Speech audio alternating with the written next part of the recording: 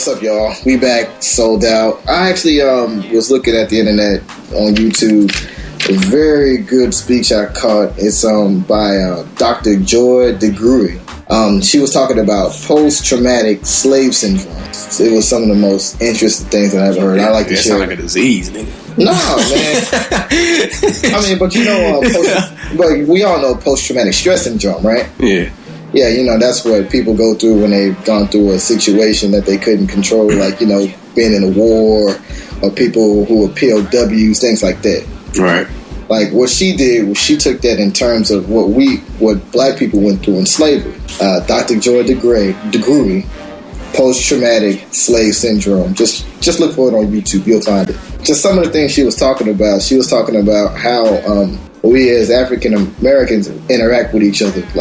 Like if we ever look at each other for too long, that, you know, sometimes we'll get mad and upset. But like in Africa, you don't have that kind of thing. It's like they always look at you and they always greet you and say hello in a friendly manner. Like, we'll still speak to each other like, hey, what's up, and like that. But let's say if you're in a club and you just like, you know, so just looking at someone, they'll just... Well, yeah, that's the same thing where I was trying to explain that, you know, black males, I feel like we know sometimes got a problem with speaking to one another. Like, also like how we interact with our kids, and like how we pass on fears of slavery onto our kids, like how we hold on to our kids when they're little and they can't really explore their environment, things like that. You know what I'm saying? Like, you remember when you was a kid and your mom always held your hand, and if you ever like wandered off somewhere, you got hit or yelled at. I mean, just compare yourself to like a white kid. Like, you remember, you know, I know we've all seen like a white kid walking around the store and stuff like that, raising hell and like bothering a bunch of people, asking a bunch of questions. Imagine, and like, you don't see many black kids do that. From the jump, you know, black families, especially mothers, you know, when we got in public, you know, they ain't stealing you, you know, straighten up. Straighten up, stay in line. Basically not to embarrass their ass while out in public. Exactly, but what that does is, like, you know, at that age when kids are young, what they're trying to do is explore. And when you do stuff like that, what she was saying was that you kind of instilling fear in those kids, that they can explore their environment, that there's something wrong with them, that they feel like, I can't explore my environment, but he can. Why can he, but I can't? Yeah, but look how that white person turns out, too. They're over there screaming at their mother and hollering at them, telling them to leave me alone, shut up, mommy, I hate you. The bad thing about most black parenting, when they discipline their kid, it's like if he were to take off running and go say hi to somebody, the mom's going to snatch you back, probably hit you, tell you what's wrong with you, probably cuss you out, and that's it. What you should do is give them an explanation as to why they should do that, and tell them that there's a time to do that and there's a way you do it, instead of just telling them no, slapping them. Yeah. So basically that fear that you talk about is instilled, but it's because they didn't get no real explanation. They just know that they can't do it, but he can. Yeah, it's either I can do this or I can't do this. There's a way to do it, but nobody showed me. So this is the way I'm going to act for the rest of my life. It's a good point. Okay.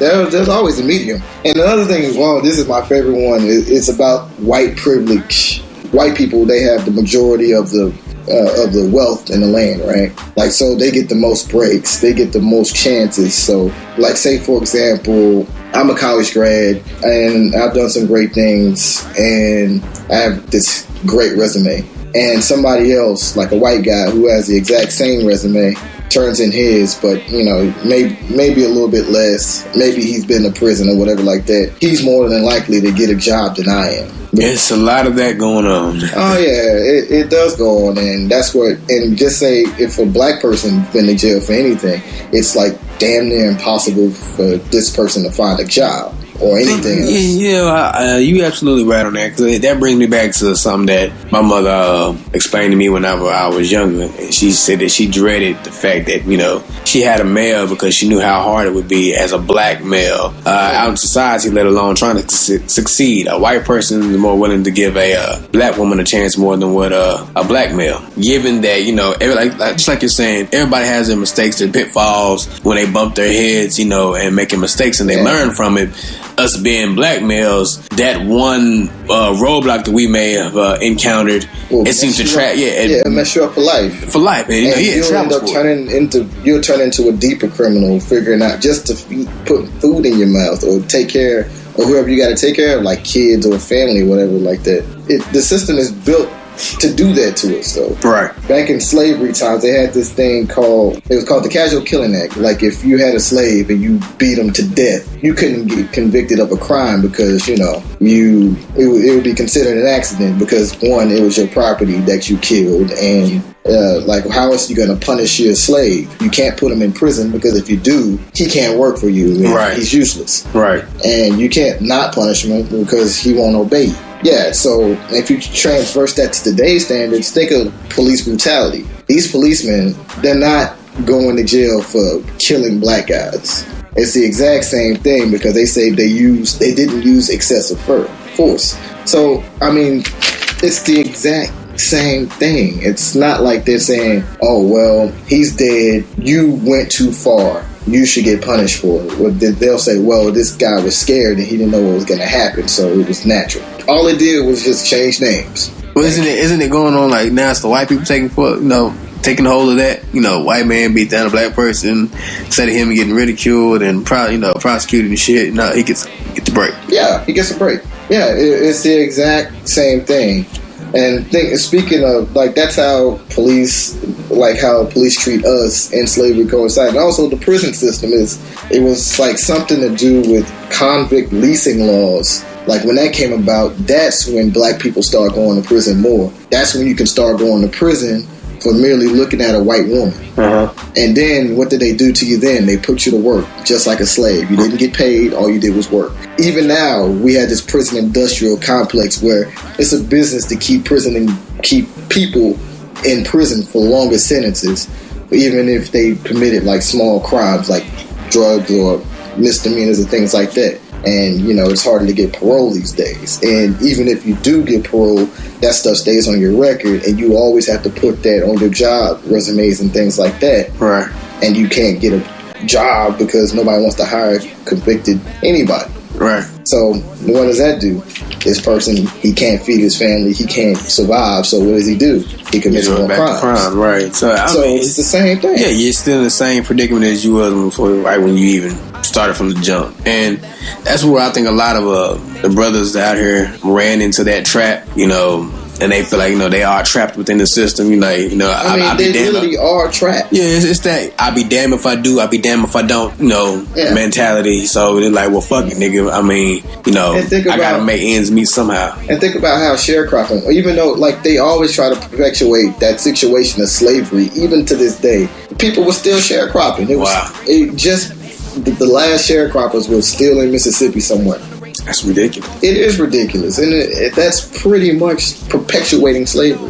But what it was is that these guys, it was during the time of segregation, so black people had to depend on each other. They had to pretty much become a unit. It was no time for hatred. There was no time for I don't trust you, because they had to pull together. Mm-hmm. So these guys, they came together. They made their own banks. They started creating their own wealth, and white people were scared of that. They feared that so much that they killed 300 people in Tulsa, Oklahoma. They don't talk about that. I never learned about that in history. I didn't learn about that until she talked about it. And it's heavy because that's why black people are so far behind, because we don't have the wealth like the Jews have. They had their own community, and how Chinese people, when they come here, they have their own community and they build wealth within themselves, and then they go out and do things. Black people are the only race that really don't have that. Right. Because of things like that, how they we don't have any wealth for ourselves that we can build upon. Yeah, you're absolutely right. Yeah, so that makes it hard for us to help out each other. That keeps us in competition with each other at all times.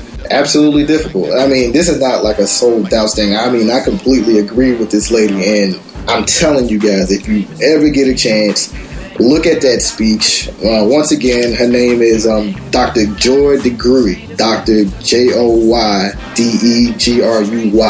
Check it out on YouTube. The speech is called post-traumatic slave syndrome. And I can go about this all day long. This is a very good topic. But coming up, man, sit your ass down. This is the Lucky Show. Sol Dout's in the building October 1st. Y'all know how we get down. Yep.